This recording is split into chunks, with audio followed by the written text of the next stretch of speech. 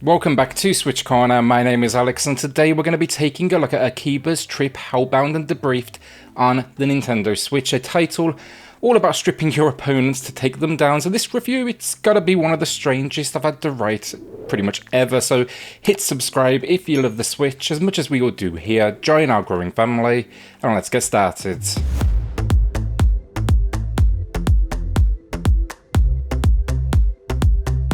So story, and in this world, the pop culture mecca of Akihabara is facing an issue. Supernatural creatures, they are slowly taking over this town. The game, it calls them shadow stalkers, but basically that means vampires. Now in the opening moments, you're out to basically find your friend, and when you do stumble on him, he's been attacked by one of these foes. One thing though leads to another, you get your ass kicked, and before you know it, you are turned into one of them. Unlike traditional vampires though, wearing clothes is enough to stop death from exposure to sunlight, and therein comes the gimmick: strip your foes to take them down. Now you need to watch out for your friends and get involved potentially with a paranormal hunting agency as well. You can choose sides, so you can choose missions and then the side quests to wrap things up as well. The story, it's suitably over the top, the often sexual tone and humour, it won't be for everyone, and this for sure has a very specific audience in mind.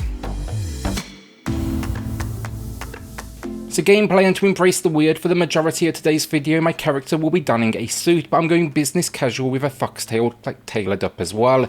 There's a huge amount of cutscenes in this one as well, but I'd say the average runtime here, you're looking at right around 8 hours if you don't head out trying to overcome all of the side missions. For that reason, the gameplay today, I'm keeping it to like the opening 2 to 3 hours or so. The gameplay though, it's somewhat similar to Yakuza, so action RPG, it's all about exploration that then throws you into combat when someone on the street wants to start a ruckus. The exploration here though, it all takes place from a central train station, and with each progression more and more locations they do appear. They're extremely small, they're essentially tiny sandboxes with stores as well as potential hideouts, characters to meet, and even the more weird kind of training grounds and maid cafes. A short while into the game as well, you can even visit your sister and basically pay her for information or to try on clothes for you, and that should give you an indication of this one's kind of tone. Now I have no issue with that tone honestly of the game. Before anyone else says that in the comments, you know, I don't offend easily, and I get this one, it's for sure built around a cult following, but I gotta say it has a lot of shortcomings. First off, the combat is just bad. The mechanics outside of the easy difficulty mode, it's basically the idea of low, mid and high hits with an option to run or an option to dodge. It's trying to kind of rely on strategy, but the game dives into just overwhelm you, and it just leads to some serious grinding that for sure will test your patience. This is especially true as you constantly get surrounded and just can't get out of the barrage of attacks. Even if you jump, you can't do anything, and I had to keep on trying over and over again. The key to this one though, what many may not realize, it's less about skill and more about leveling up your character, your clothes and your weapons.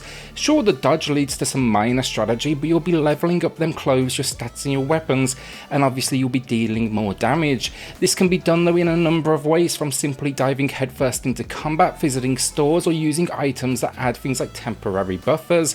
I appreciate the depth of the weapon system and the clothing. It was for sure the more enjoyable part of this game. You know, seeing those attack numbers climb up, you know, they're going north, it is always kind of satisfying.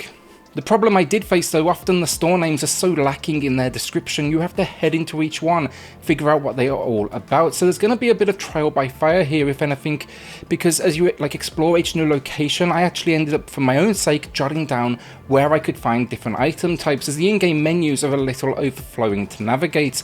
Alongside the exploration and combat though, then you can get to your phone here, you can take a look at Pitter. It's essentially Facebook. It gives you kind of a constant feed of news that translates into tips, emails, and even then upcoming strategy. This is the most important bit though, it gives you a to-do list. This tells you your current mission. It will also help you out though when you get stuck and kind of tell you where to go. The big issue for me though, the gameplay loop. Your reward for grinding out, leveling up and searching this world, buying things like you can buy software packs which actually increase different stats on your character. It basically rewards you in the world's combat that devolves into button mashing and a little bit of luck in most moments. Overall for gameplay though, it's a surprisingly funny story, but the mechanics from the PSP days, they've lost a lot of their charm, and while the exploration is fine, its combat just doesn't hold up. So visually it's very much a PSP game, and you can see that not only in the way it looks, but it surprisingly suffers from frame rate drops here and there as well, which I did not expect. The locations, the characters, the entire experience by today's standards looks dated, and even cutscenes, they are relatively low resolution, though still really fun to actually watch. Cartoon variations of our characters fare better in dialogue thanks to their kind of timeless art style, but yeah, the way it looks for me was the first indication maybe this remaster of the first AKIBA'S Trip from 10 years ago would have maybe benefited from a remake instead. The highlight of the game's visual issue though, it's the stores. You want to know what they sell. As I said, the name gives you no indication. Well, you know, think about looking at them. They're just a blurred low-res texture, which I often struggled to understand. The good with this one, I still actually enjoyed exploring the world because it does have a nice selection of locations, all of which are a little bit different, especially the over-the-top Master's training ground that is found on top of a building, and yeah, look, its weirdness absolutely still works. Audio finally, and we get full voice acting here. It's decent enough, though the recording quality does kind of vary, like different locations were used. I was also a little surprised to see it's English only with no other options. I feel like fans would want to play in Japanese with English text, though I'm not sure if that was the case with the original back 10 years ago. Then we do get some basic attack sounds, they work. There's a huge amount of weapons in here, so it makes sense that it all kind of sounds similar. And then the music, that's a highlight for me. Really like the soundtrack on offer, from the action to downtime as you explore. It's definitely a highlight as well when you head into stores. There's some real good tracks in there. So the final verdict on AKIBA'S Trip Hellbound and Debriefed is a remaster of a 10-year-old PSP game that shows through and through. A shallow combat system with little strategy is mixed with smaller sandbox locations to explore. Unfortunately for this one though, it really needed a remake in my eyes across the board.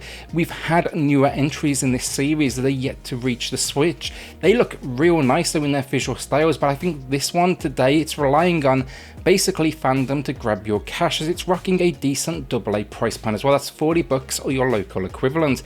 I'm a sucker for that as well. I picked up the Shenmue 1 and 2 remaster. Very much the same case there if we're being completely honest. Fans who played it originally will no doubt be more forgiving, understandably, but nostalgia goes a long way, and I can't say I recommend it to those that are new to the series. What I will say though is the story as weird as ever, and the location for sure unique, so it definitely has that going for it. It just about keeps it from a bad rating from me today, but it is still a below average 4 out of 10, and I'd be wary of dropping your cash here, at least until we do see a price drop. Will you be adding this one to the collection then, or are you holding onto that cash? With that then, a shout out to the patrons of the channel who are just going above and beyond to support SwitchCorner. It helps more than you know, so thank you all so much. Now if you do want to check that out for yourself, I have linked it in the video description down below. Then hit subscribe if you love the Switch as much as we all do here. Join our growing family, and I'll see you all on the next video. Thanks everyone.